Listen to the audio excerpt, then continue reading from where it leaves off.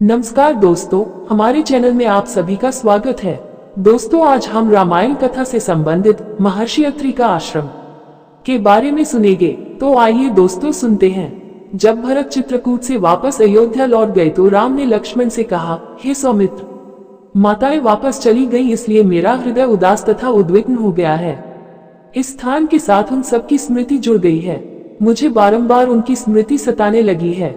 अतः मेरा विचार है कि अब हम इस स्थान का परित्याग कर दें और अन्यत्र कहीं जाकर निवास करें। इस प्रकार सीता और लक्ष्मण से अपने विचार का समर्थन प्राप्त करके उन्होंने चित्रकूट का परित्याग कर दिया और वहां से चल पड़े। चलते चलते वे महर्षि अत्रि के आश्रम में जा पहुंचे। उन्होंने परमतपस्वी वृद्ध महर्षि को प्रणाम किया तथा अपना परिचय दिया। महर्षि अत्रि ने उनका स्नेहपूर्वक स्वागत किया। फिर महर्षि अत्रि ने अपनी वृद्धा पत्नी अनुसूया को मिथिला नरेश की राजकुमारी तथा अयोध्या की ज्येष्ठ पुत्रवधू सीता से परिचय करवाया तथा उनका यथोचित सत्कार करने के लिए कहा। इस पर राम ने भी सीता से कहा, सीते, माता के समान स्नेहमयी अनुसूया देवी के चरण स्पर्श करो। सीता ने अनुसूया के चरण स्पर्श किए और उनसे आशीर्वाद प्राप्त किया। अनुसूया बोली, सीता, तुमने राजप्रासाद के ऐश्वर्य का परित्याग कर अपने पति के साथ वन में, जहाँ पर भांति भांति के कष्टों को झेलना पड़ता है, रहने का जो निश्चय किया है वह तुम्हारा महान त्याग है। मैं तुम्हारे त्याग से अत्यंत प्रसन्न हूँ। तुमने तीनों लोकों में नारी के पतिव्रत धर्म की महिमा को महिमामंडित कर दिया है। हे सुभगे, जो अपने पति के गुण अवगुणों का विचार किए बिना उसे ईश्वर के समान सम्मान देती है और प्रत्येक दुख सुख में उसका अनुसरण करती है, उस स्त्री के चरणों पर स्वर्ग स्वयं न्यौछावर हो जाता है। पति चाहे कितना ही कुरु, दुष्चरित्र, क्रोधी और निर्धन क्यों न हो, वह पत्नी के लिए सदैव श्रद्धेय है। उसके जैसा कोई दूसरा संबंध नहीं होता। पति की सच्ची सेवा ही स्वर्ग का मार्ग प्रशस्त करती है। जो स्त्री अपने पति में दुर्गुण देखती है, उस पर अपना वर्चस्व स्थापित करने के लिए उसके साथ नित्य कलह करती है तथा उसकी अवमानना और उसकी आज्ञाओं की अवहेलना करती है, उसे इस लोक में अपयश तो मिलता ही है, पर मृत्यु के पश्चात नरक को भी जाती है।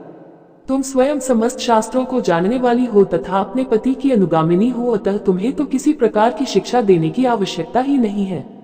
तुमने अपने कर्तव्य पालन करके तीनों लोकों में कीर्ति प्राप्त की है। मेरा आशीर्वाद है कि तुम्हारी बुद्धि सदा इसी प्रकार निर्मल बनी रहे।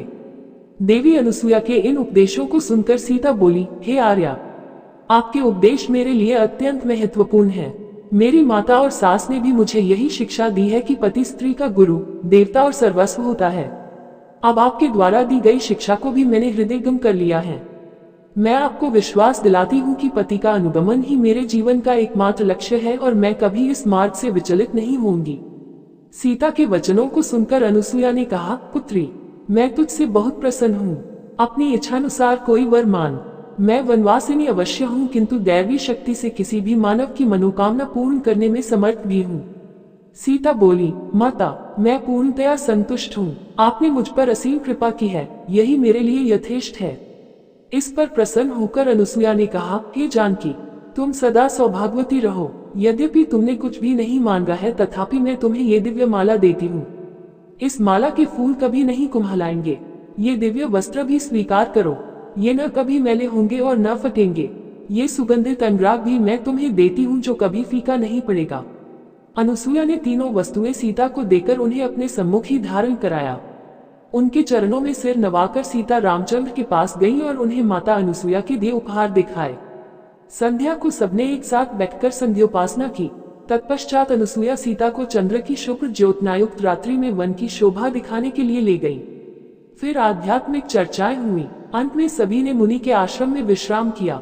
प्रातःकाल जब राम ने अत्रि ऋषि से विदा लिया तो वे बोले, हे रघुनंदन, इन वनों में मनुष्यों को अनेक प्रकार के कष्ट देने वाले भयंकर राक्षस निवास करते हैं, जिनके कारण अनेक तपस्वियों को असमय ही कालवित हो जाना पड़ा है। मेरी इच्छा है कि तुम इनका विनाश करके तपस्वियों की रक्षा करो। राम ने महर्षि की आज्ञा को शिरोधार्य किया तथा उपद्रवी राक्षसों को नष्ट करने का वचन दिया। फिर सीता तथा लक्ष्मण के साथ वहां से दंडक वन के लिए प्रस्थान कर गए। उम्मीद करते हैं दोस्तों, आपको ये रामायण कथा से संबंधित महर्षि अत्रि का आश्रम के विचार सुनने में अच्छे लगे होंगे जी। दोस्तों, आपको ये विचार सुनने में अच्छे लगे हैं तो कृपया करके चैनल को सब्सक्राइब जरूर करें।